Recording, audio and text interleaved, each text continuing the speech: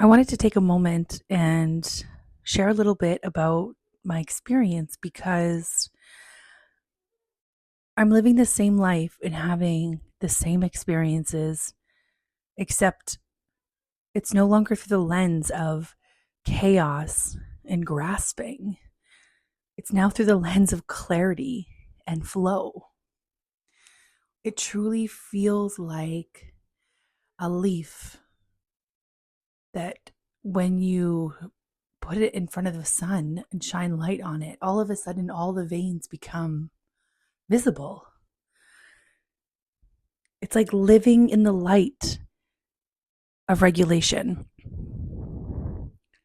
You see the veins and all the pathways of choice. So it's less about controlling outcomes and more about just trusting the unfolding. It's like this deep trust from being stuck in the dark to trusting the unfolding.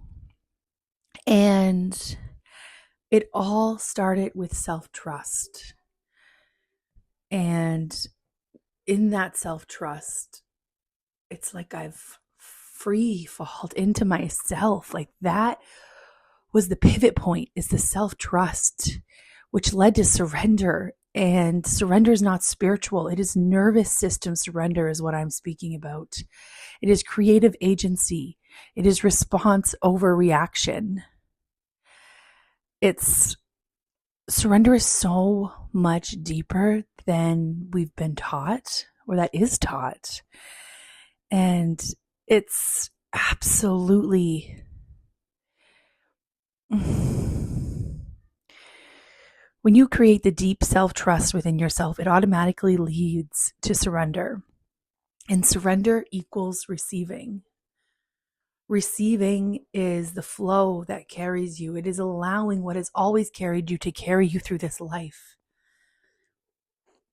And surrender is not collapse. It is not giving up. It is allowing yourself to be carried by reality instead of fighting it, which leads me into creativity. And creativity is so much deeper than we've been taught. It is not about painting on a canvas. It is so much more than that. It is choosing how to respond when you're triggered. It is choosing which archetype you step into. It is regulating before reacting. If you've ever seen the movie Clueless, this is kind of like how I move through my life, and I make it kind of fun, is anytime I want to respond, anytime I'm triggered, it's like I take a moment and I breathe. Or not even triggered. It's like you can just always use this as a way to respond to your reality. And it's like, instead of Cher choosing an outfit, it's like me choosing an archetype, consciously choosing which archetype I want to show up as and respond. And it's like designing your outcome through your state. That is embodiment. That is how we integrate embodiment. And then we're led into this beautiful experience where we have these moments where it's like every snowflake is suspended in the air and you can see them all simultaneously. And it just filled with this all-encompassing, warm, fuzzy feeling, and it's gratitude, and it fills me. And there is something deeply inherent that we have forgotten. And I understand this in my fucking bones. I have no proof except the feeling inside of me and the inner experiences I have. And they are so vivid in the self-trust that I have learned to have in recognizing and believing the only experiences I'm having internally has led to this deep surrender. And let me tell you one thing. Enlightenment is not on a mountaintop. It is not a retreat.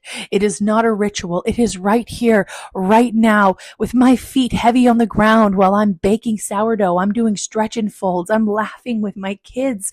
It is in the mundane moments. Enlightenment is the most ordinary thing in the world. And when you can just release the mind and allow the body to guide you through this life. It's like the soul-led navigation that is already inherently built into us.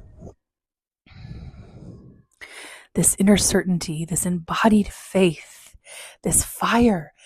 And it's like the awe and reverence I have for myself for even showing up and speaking this, the courage and the trust that I have in myself and to witness myself is just, it's so beautiful. What a beautiful life.